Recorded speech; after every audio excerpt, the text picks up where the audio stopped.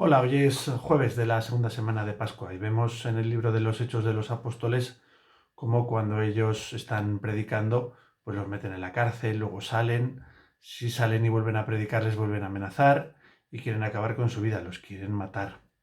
En el fondo, pues quieren silenciarlos, no quieren que hablen, molestan.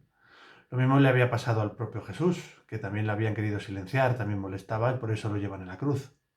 Y es lo mismo que a lo mejor también nos puede pasar a los cristianos de hoy en día, que quizá también en algunos momentos podemos molestar y también nos quieren callar. Incluso por desgracia, en algunos lugares del mundo también acaban con la vida de los cristianos. Y nosotros nos podemos quejar y lamentar de que a los cristianos se nos silencie y podemos denunciar incluso que en algunos sitios pues se nos quiera callar y que no podamos hablar libremente y que no se respete nuestro derecho de vivir nuestra fe y de transmitirla y de expresarla libremente. Pero también es verdad que en algunos momentos nosotros mismos también podemos caer en eso. Y a veces también nosotros podemos ser unos criticones con aquellos que no son creyentes, con aquellos que no piensan como nosotros, con aquellos que incluso siendo cristianos como nosotros y católicos y todo como nosotros, pues a lo mejor no pertenecen al mismo estilo de hacer las cosas, al mismo movimiento, al mismo modo de ver todo lo que hacemos a la hora de vivir el Evangelio. Y entonces enseguida también nosotros, de alguna manera, matamos, entre comillas, esas personas o esas opiniones, diciéndole tú no hables, esta persona hay que borrarla y no sé, hacemos un poco también de alguna manera aquello que nosotros mismos hemos rechazado y denunciado.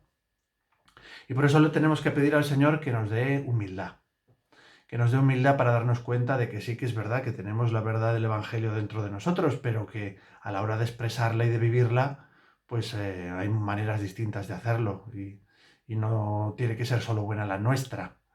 Que además que aquellos que no creen en Dios o no tienen fe o no la saben expresar, pues pueden ser buenas personas y pueden transmitir valores dignos de admirar y de esas personas también podemos aprender. Y es más, su forma de hacer, de comportarse, puede ser un ejemplo para nosotros y sus críticas pueden ser un momento de aprendizaje para nosotros. Porque también cuando nos dicen que no damos el ejemplo suficiente, cuando nos dicen que es que fíjate la iglesia es así o es asá, pues es posible que se dejen llevar por estereotipos, por vaguedades o por ideas que les vienen sin conocer a la iglesia. Pero sí que es verdad que algunas veces no se pueden echar en cara cosas que son ciertas. Y es importante que yo siempre me haga esa pregunta, ¿no? Cuando nos digan, es que fíjate, la iglesia es así, la iglesia es asá, pues obviamente yo tengo que dar mis argumentos para defender cómo somos los que pertenecemos a la iglesia, pero también es bueno que piense y que diga, a ver si esto que están diciendo yo realmente soy así o no soy así. Porque a ver si resulta que estoy diciendo que la iglesia no es de esta manera y resulta que yo sí lo soy. Y si yo soy iglesia y soy de esta manera, estoy haciendo que la iglesia tenga esos defectos. Por lo tanto, me tengo que fijar mucho en mi forma de hacer, en mi forma de comportarme, en mi forma de vivir, y entonces podré pulir quizá errores, fallos, a través de las críticas que vengan de fuera, y no simplemente hacerme el mártir.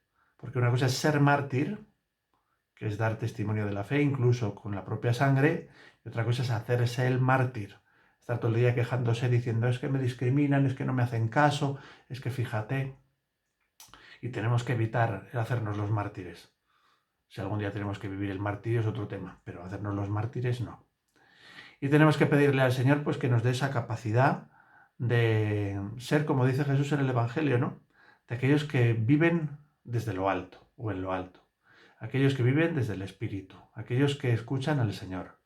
Aquellos que continuamente están en un espíritu de conversión, buscando esa humildad, esa sencillez, ese parecerse cada vez más al Maestro. No apartar los ojos del Señor, porque a veces los apartamos de Él y nos aferramos a la costumbre, o nos aferramos a la tradición, o nos aferramos a nuestros propios conceptos de cómo tiene que ser la fe, o cómo se tiene que vivir, o cómo se tiene que hacer, y nos cuadriculamos. Y resulta que lo que es un medio lo convertimos en un fin y hacemos unos líos morrocotudos. Y tenemos que decirle, Señor, manténnos siempre en espíritu permanente de conversión. Sobre todo de conversión, más ahora en este tiempo, hacia ti que estás resucitado.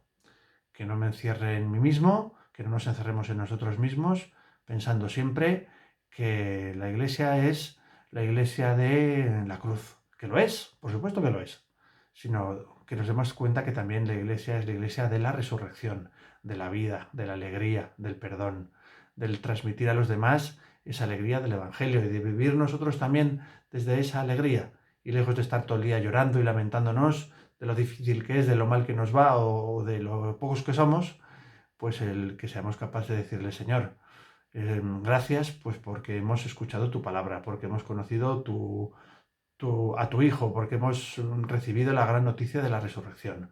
Y eso nos llena de alegría y de esperanza. Pues todo eso lo hacemos oración esta tarde y le pedimos al Señor que así sea.